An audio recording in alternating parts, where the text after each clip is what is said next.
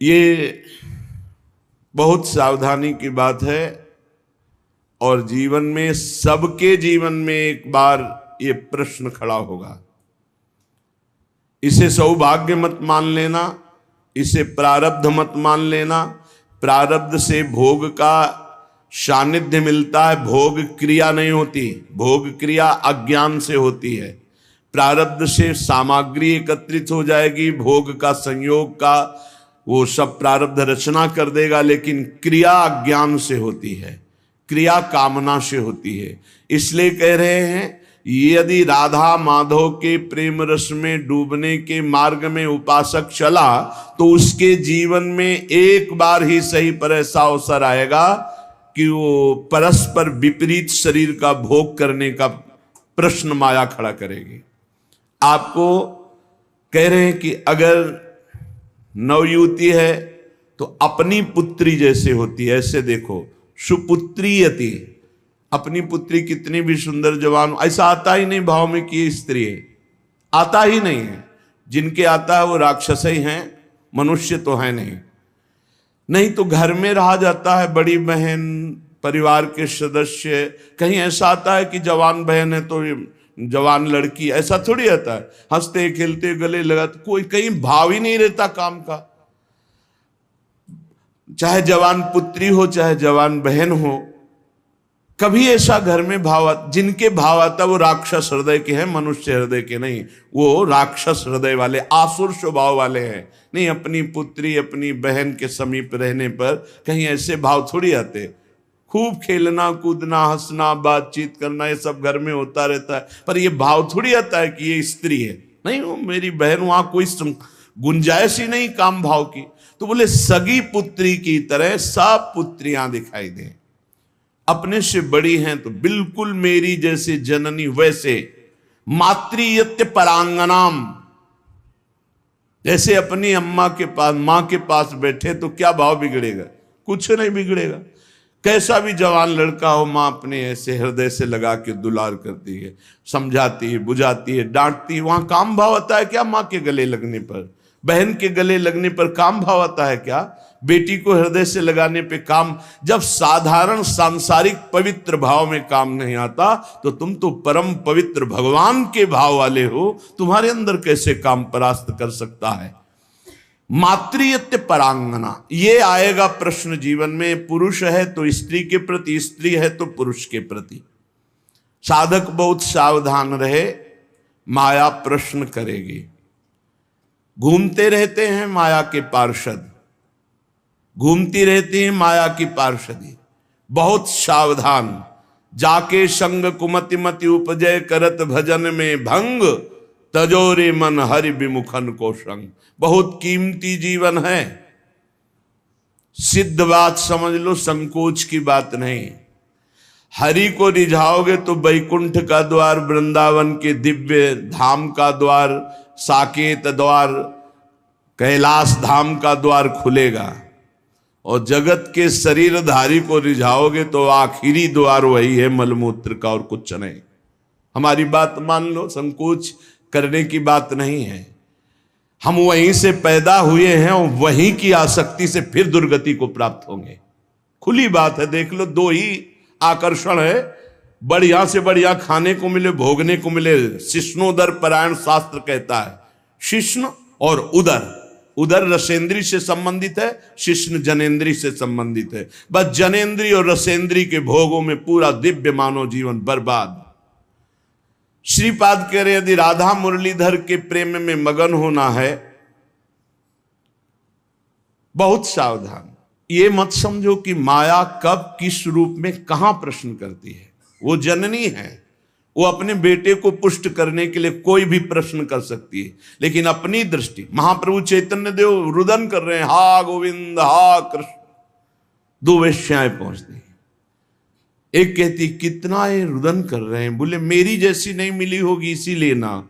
अभी देखो इनका रुदन बंद करते। वो क्या जाने कि जो हरि के आशिक हैं उनको हरि माया आकर्षित नहीं कर सकती। भगवान का एक विशुद्ध प्रताप बल भक्तों की रक्षा करता रहता है। वो जाकर के विनोदास्पद बातें करने लगी। महाप्रभु चैतन्य देव ने कहा, मां बस करुणा कर दो, श्री कृष्ण मिल जाए।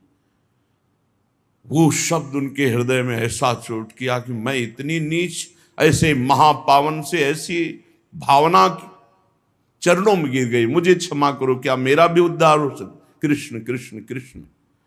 ऐसा नहीं कि किसी के जीवन में प्रश्न नहीं आता, प्रश्न आता है, पर जो ये भगवत कृपा से सावधान रहता है कि ये प्रश्न है, मुझे उत्तर देना है इसका। ऐसा नहीं कि प्रश्न के लपेटे में आकर के फिसल जाना है, प्रश्न है, उत्तर देना है, बहुत संभाल के उत्तर देना है। अपमान भी नहीं करना, क्योंकि ये वही आए हुए हैं जिनकी हम आराधना करते हैं। वो कुछ भी रूप, वो मोहिनी रूप भी तो धारण किए ना, वो कुछ भी रूप धारण कर सकते हैं। मेरे प्रीतम है तो बस उस समय प्रभु आप ही मेरी रक्षा करो, आप ही मुझे बचाओ। मातृयत्य परांगनाम, त्रुटि हो सकती है हमसे गलती हो सकती, कभी बलवान न बने, कभी पहलवान न बने इस विषय में। दैन्य और चरण छूना, ये दो बातों से बच सकते हो। चरण छू कि हे जगत जननी, हे अंबा, कभी आपके प्रति मेरा। जिन उर्वशी जी ने बड़े बड़ों की बुद्धि को मोहित कर लिया, अर्जुन जी की बुद्धि को क्यों नहीं मोहित किया? क्योंकि जाते ही सीधे प्रणाम किया अर्जुन जी ने। जे ही उर्वशी का प्रवेश हुआ, देखा सो पंचांग प्रणाम किया और कहा, माता स्वागत है, आप पधारिए। आग लग गई, मैं किस लिए आए हूं और तुम मुझे क्या कह रहे हो? आज के बाद कभी माता शब्द उच्चारण मत करना। उन्होंने कहा, पुनः कहता हूं, कुंती माता से भी अधिक पूज्य मैं तुम्हें देखता हूं। कुछ नहीं बिगाड़ पाई उर्वशी जी, यहां तक कि साप तक दे दिया। पहली दृष्टि पड़ते ही या तो नव किशोरी जगदम्बा, लाडली जी की सहचरी, या मां, या अपना पवित्र भाव तुरंत आरोपित कीजिए। और स्त्री शरीर को लिखा है, भ्राता पिता पुत्र निज जैसे, मध्यम परपति देखै कैसे। भ्राता पिता पुत्र निज जैसे, बराबर का है तो सगा भाई। क्या सगा भाई को देखकर काम जागृत होता है? क्या अपने छोटे बेटे को देखकर काम जागृत होता है? क्या पिता को देखकर काम जागृत होता है? भ्राता पिता पुत्र निज जैसे। आवश्यकता पर बात करें, नहीं एकांत सेवन करें। बलवान इंद्रिय ग्रामो विद्वानम अपि कर्षति, शास्त्र आदेश करता है। पर उपासक को ये पक्का विश्वास कर लेना चाहिए कि मेरे जीवन में ये प्रश्न आएगा, आता है, आता रहेगा। अगर इससे निकल गए आगे तो यो राधा मुरलीधरांग कमल प्रेमैक मात्रियति। बहुत सावधानी की जरूरत है। देखो, कल वर्णन हुआ था, साधना में भय और प्रलोभन, ये दो चीजें भेजी जाती हैं। इनसे जो पास भी भगवान ही करवाएंगे। ये सत्संग सुनने को भगवान ही तो संयोग बना रहे हैं, ये भगवान ही तो प्रेरित करके आपको सुनवा रहे हैं। इसलिए सावधान। ये प्रश्न है, आपके पास 1 करोड़ रुपया जमा किया और आपका मन हुआ कि अरे मैं फंस गया क्या, तो 1 करोड़ यमुना जी में फेंक दो, मुक्त हो गए। लेकिन एक बार जीवन में फिसल गए तो उसकी पूर्ति नहीं होने वाली। हम कह रहे हैं अरबों रुपया एकत्रित हुआ, मन में आया सब छोड़ के भाग गए, राधा राधा राधा राधा, जो जहां वहीं छोड़ दिया, कुछ नहीं फंसे। लेकिन एक बार फिसल गए काम में तो उसकी पूर्ति कैसे होगी? वो तो नहीं होगा। वो तो चित्त पे संस्कार बन गया और आपका संयम भ्रष्ट हो गया। एक बार बालू का बांध टूट जाए तो दोबारा बांध बांधना बहुत कठिन बात है। एक बार योगी भ्रष्ट हो जाए, दोबारा योगी अपने योग पे आना भगवान के बल की बात है, दूसरी बात नहीं। जैसे बालू का बांध फूट जाए तो बांधना बड़ा कठिन है, ऐसे ये ब्रह्मचर्य, ये सतमार्ग, ये इंद्रिय निग्रह, ये बालू का बांध है, बहुत होश से। मातृयत्य परांगनाम स्थिर चरम सत्वम सुपुत्रीयति। बड़ा पवित्र भाव। और ये भाव जब अचानक संयोग हो जाए तब संयोग से बचने की पूरी वृत्ति रखे उपासक। जब तक कोई बहुत ऐसा संयोग की बात बन जाए कि अब बात करना ही है, तो उसके चरणों में दृष्टि रखते हुए, मुख की तरफ दृष्टि रखते हुए साधक कभी बात नहीं करते। नहीं, चरणों पर ऐसे दृष्टि रखते, जी प्रत्युत्तर कम शब्दों में और भाग ले। अपने को सूरवीर मत समझे। ये भगवान की प्रचंड मोहिनी माया का आकर्षण हमारे चित्त में बलात् हमारी निष्ठा को परिवर्तित कर देगा, यदि हम अधिक समय साथ रहें, अधिक समय बात करें, अधिक समय हंसी मजाक करें, तो हम फिसल जाएंगे। ये खाइयां हैं जिनसे हम भगवान को नहीं प्राप्त कर पाते और इनमें हम फिसल जाते हैं। बहुत ही सावधानी की जरूरत है। हमारी एक एक वृत्ति भगवान अंदर बैठे हुए देख रहे हैं। उस जो जल रही वृत्ति काम क्रोध आदि को ना भोगने से, वो भगवान हिसाब आपको इतना आनंद प्रदान करेंगे कि रोते रहोगे। पर कुछ समय के लिए आपको अपने मार्ग में बहुत संभाल संभाल कर पग रखना है। अगर अपना कल्याण चाहते हो, सुंदर बुद्धि चाहते हो, भगवत मार्ग में अग्रसर होना चाहते हो, तो गोस्वामी तुलसीदास जी की चौपाई याद रखना। जो चाहे आपन कल्याणा, सुजस सुमति शुभ गति शुभ नाना, सो पर नारी लीलार गोसाई, तजौ चौथी के चंद की नाई। जैसे चौथ के चंद्रमा को देखने से कलंक लग ही जाता है, ऐसे ही जो पराई माता बहनों की तरफ ऐसी गंदी दृष्टि या बार बार मुख की तरफ देखना, तो हाव भाव आदि के द्वारा चित्त का आकर्षण होकर मलिन हो जाना स्वाभाविक है। जैसे चौथ के चंद्रमा को देखने से कलंक लगता है, ऐसे जो साधक अपना कल्याण चाहता है, सुमति चाहता है, शुभ गति चाहता है, उसे चाहिए कि चरणों की तरफ देखकर बात करे। ये जगत जननी जगदम्बा है, इनकी कृपा से हम परमार्थ पर विजय प्राप्त कर लेंगे। इनके प्रति हमें भोग्य बुद्धि, दोष बुद्धि, निकृष्ट बुद्धि का त्याग करना ही होगा, तब हम आगे बढ़ पाएंगे। गोत्रीयत्यति तर्जना दिशु महा, मित्रीयति द्वेषिषु। यदि हम भगवत मार्ग में चल रहे हैं, कोई हमारी निंदा करता है, तर्जना करता है, तो जैसे अपना भाई, अपना घर का, अपने गोत्र का, परिवार का कोई लड़ाई झगड़ा करे, तो ऐसा अरे घर का आदमी कोई बात नहीं, ऐसे टाल देते हैं, ऐसे भाव रख लेते हैं। या हम भाव रख लेते हैं भगवान के द्वारा विधान किया हुआ भेजा गया है, कोई हमारे प्रारब्ध का क्षय हो रहा है, और जो हमसे विद्वेषी उसे हम महामित्रवत भाव रखें। नहीं, हम में और संसारी पुरुष में क्या अंतर। करत जे अनुशहन निंदक तीनों पे अनुग्रह करो। अपने शरीर को जैसे हम प्यार करते हैं और दूसरे शरीर से हम उदासीन रहते हैं, ये संसारी पुरुष का लक्षण है। और भक्त अपने शरीर से उदासीन रहता है और दूसरे शरीरों के दुख को अपने शरीर जैसा मानता है। ये भाव होता है। अपने शरीर में कष्ट है कोई बात नहीं, लेकिन दूसरे के शरीर का थोड़ा भी कष्ट उसके हृदय में पीड़ा पहुंचा देगा। पूज्य श्री भाई जी हनुमान प्रसाद पोद्दार जी महाराज साधकों के लिए बहुत अमृतमय वचन लिखे हैं। भगवान को प्राप्त करना है तो तीव्र अभिलाषा जागृत करो। नाम जप से, सत्संग से, सदाचरण से, दूसरों की सेवा से, पवित्र शरीर, पवित्र मन, पवित्र विचार, पवित्र वाणी, तो परम पवित्र सच्चिदानंद भगवान की प्राप्ति की अभिलाषा साधु संग से निश्चित जागृत हो जाएगी। अन्य कामना जब उत्पन्न हो जाती है, तब भगवान की प्राप्ति की अभिलाषा नहीं हो सकती। भगवान ने कहा स्वयं कि जिसका चित्त भोगों ने अपहृत कर लिया है, जो भोगों में लगा हुआ है, जो भोग सामग्री संग्रह करता है, ऐसा व्यक्ति कभी निश्चय ही नहीं कर सकता कि मुझे भगवत प्राप्ति करनी है। भोगैश्वर्य प्रसक्ता नाम तया प्रहृत्य चेतसाम व्यवसायत्मिका बुद्धि समाधो न विधीयते।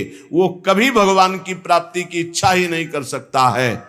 इच्छा ही नहीं होगी ऐसी बात नहीं। अगर साधु संग हो तो वो भोग आदि का त्याग करके भगवत प्राप्ति की इच्छा जागृत कर सकता है, पर जब तक भोगों में लगा रहेगा तब तक भगवत प्राप्ति की इच्छा ही नहीं होगी। अन्य कामना वाला भगवत प्राप्ति की इच्छा नहीं रखता। अनन्य कामना जिसकी है श्री भगवान से, उसके हृदय में इच्छा जागृत होती है, अब मुझे भगवत प्राप्ति करना है।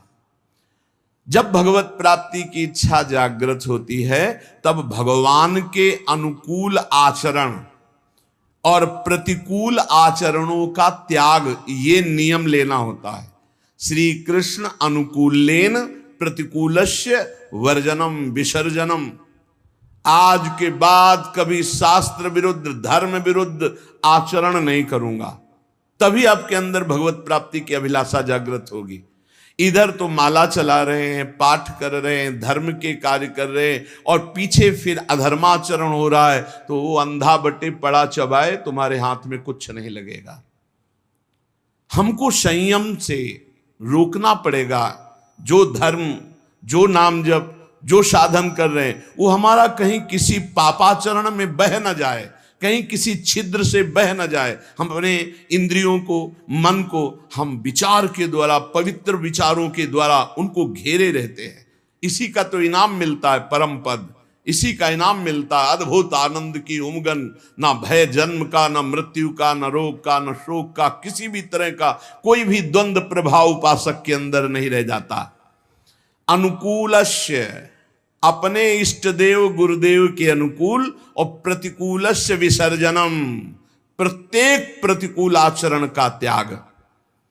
जब साधक ऐसा आचरण बहुत समय तक करता है तो उसके प्राणों में रुदन करने की इच्छा जागृत होती है और वो क्रंदन करने लगता है। रोते रोते उसके हृदय में विरहाग्नि जलाती है, और उसी विरहाग्नि को शीतल करने फिर भगवान को आना होता है, फिर उसे भगवत प्राप्ति हो जाती है। दूसरी बात, साधक जब इस मार्ग पर चलता है तो उसका स्वभाव होता है इधर उधर ताक झांक करना। ये कैसे चलता है? ये बहुत बुरी आदत है, ये बिल्कुल नहीं रखनी चाहिए। पर दोष दर्शन से सबसे बड़ा घाटा होता है कि हम जो दोष दूसरे में देखते हैं, देखने की चेष्टा करते हैं, वो दोष हम में जागृत हो जाता है। इसलिए साधक को इधर उधर ताक झांक करने वाला स्वभाव नहीं रखना चाहिए।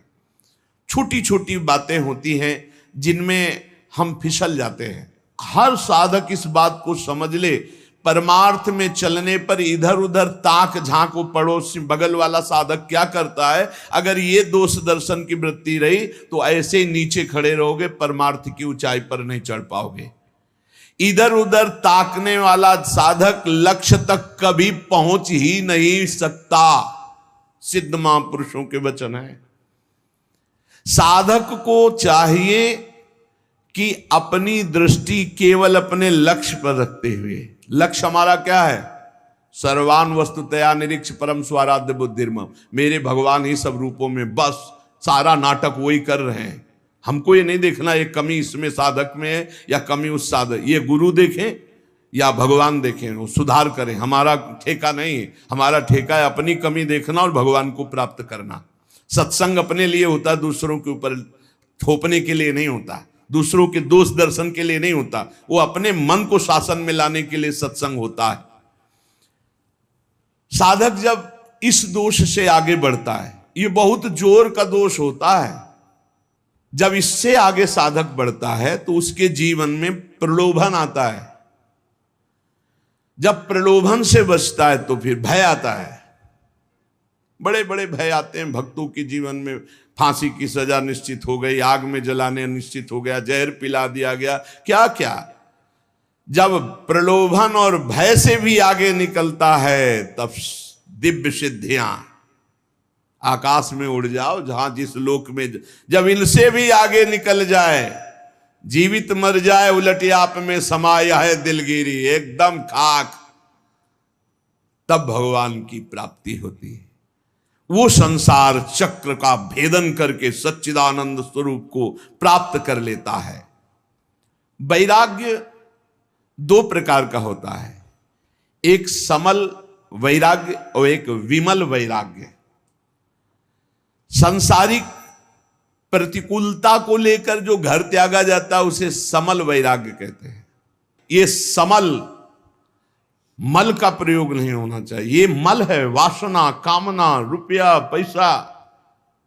हाँ, हमारा भरण पोषण ईश्वर के द्वारा सारे विश्व का करते, तो हम जितने बैरागी जन विश्व में हैं, भगवान विश्वम्बर सबका भरण पोषण कर रहे हैं। लेकिन बहुत सावधानी से मुनीमगिरी करनी है। मालिक हैं भगवान, मुनीम है हम, तो मुनीम का लेना देना बहुत हिसाब में होना चाहिए। हिसाब से चूक हुई तो चूक हो जाएगी, बड़ी चूक हो जाएगी।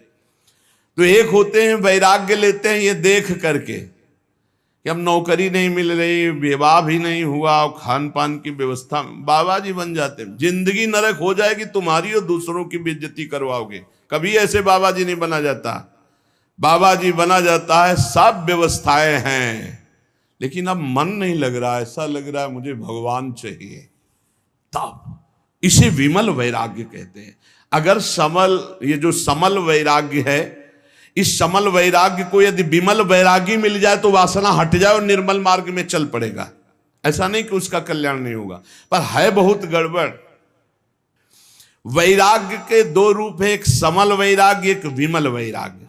समल वैराग्य होता है कि हर किसी न किसी विषय की अभाव स्थिति में बाबा जी बन जाना, वैरागी बन, बहुत खतरनाक, बहुत घटिया जीवन व्यतीत होता। बहुत घटिया हम शब्द में कह रहे हैं, लाख प्रकार से समझाओ उसको समझ में नहीं आता। वो केवल वासना की पूर्ति ऐसे लोगों के द्वारा बहुत अहित होता है संत समाज का, क्योंकि उनके अंदर कोई लक्ष्य भगवत प्राप्ति नहीं, कोई साधुता नहीं, और वेश साधुता का वो बहुत तरह से हानि करते हैं। और अब कहे तो संत ही जाएंगे क्योंकि वेश है, तो इसलिए बड़ा अपमान संतों का होता है। उनका लक्ष्य नहीं होता भगवत प्राप्ति, उनका लक्ष्य नहीं होता सतमार्ग, वो केवल वासनाओं की पूर्ति के। बहुत विचित्र होता है, ये भी सब देखा है। भ्रमण के समय भगवान बड़ी कृपा की तो सब भ्रमण में साधु पक्का हो जाता है। भूख प्यास, गर्मी सर्दी, मान गाली, मार पीट, सब कुछ सहना पड़ता है, सब सहना पड़ता है, उससे परिपक्व हो जाता है। तो जो किसी प्रतिकूलता को लेकर वैराग्य होता है, वो समल वैराग्य होता है। ये ज्यादा दिन नहीं, ये फंसे फंसाए, ये फंसी बिल्कुल फंस जाते हैं। मन जो है, ये जब भगवान के लिए व्याकुल हो तब घर छोड़ना चाहिए। नहीं तो हम कह रहे हैं कि भले आप लेबरी करके जियो, लेकिन बाबा जी मत बनना। बाबा जी बनने के लिए एक केवल बात है, अब मुझे भगवान चाहिए। अब आपको कोई परास्त नहीं कर सकता त्रिभुवन में। ये बस बात तुम्हारे अंदर बैठ जाए, आप समझो केवल 2 वर्ष गुरुदेव भगवान 13, 14, 15 और इसके बाद पधार गए। अब पूरा जीवन अनाथ हो गया। अब हम किसके सहारे चले, कैसे चले? अब एक भारी विपत्ति, भारी अव्यवस्था कि हम पुत्र की तरह जिनकी गोद में बैठकर चल रहे थे वो तो अंतर्ध्यान हो गए। अब हमको कौन संभाले? उस समय श्री भगवान का जो तेज हमारे साथ था, हम आपको बताया जब हमारी समस्या आती थी तो संत और आकाश, ये 2 का सानिध्य हो जाता था। एकदम एक दिन 3 बजे सुबह तड़के नहा के से आकाश की तरफ कहा, गुरुदेव भगवान अभी तक तो हम निश्चिंत थे आपके बल पर, अब तो मुझे मार्ग भी पता नहीं कैसे चलना है। पूरा जीवन है, कोई साथी नहीं, किसी पर भरोसा नहीं। हमारा शुरू से किसी पर भरोसा नहीं था। भगवत प्रेरणा से, भगवत कृपा से एक हमारे दिमाग में बैठ गया था कि भगवान के सिवा, गुरुदेव के सिवा इस संसार में कोई सतमार्ग में नहीं चला सकता और गिराने वाला हो सकता है। इसलिए कभी हम किसी की सलाह नहीं मानी, कभी हम किसी से प्रश्न नहीं किया, कभी हम किसी की बात सुनने की चेष्टा नहीं की। जो बात गुरु जी ने कही थी उसी को घुमा घुमा करके बार बार उसी पे चलने की चेष्टा की। प्रेरणा आई, उतर जाओ गंगा के तीर पर और कभी किसी एक आश्रम में मत रुकना, बस भ्रमण करो। बस तुरंत मन में आया, बस सफेपुर घाट से कूद पड़े गंगा किनारे, एक गीता पूरा फिर ओ यहां तक वही सच्चिदानंद परम तत्व घुमा। अगर थोड़ा भी कुछ राग लेकर घर से निकलोगे तो फंस जाओगे। आश्रम व्यवस्था कई जगह भ्रमण में ऐसे प्रलोभन आएगी, यहाँ के महंत बन जाओ, अब ऐसे यहाँ। जब तक भगवत प्राप्ति नहीं तो राम काज की नहीं बिनु मोहि कहाँ विश्राम। शमल वैराग्य, इस प्रयास देखना चाहिए साधक को कि कोई वासना लेकर आए तो फटाफट उसका ऑपरेशन कर डालो गुरुजनों के सानिध्य में, सत्संग में, नहीं तो ये वासना कहीं ना कहीं फंसाकर चौपट कर देगी।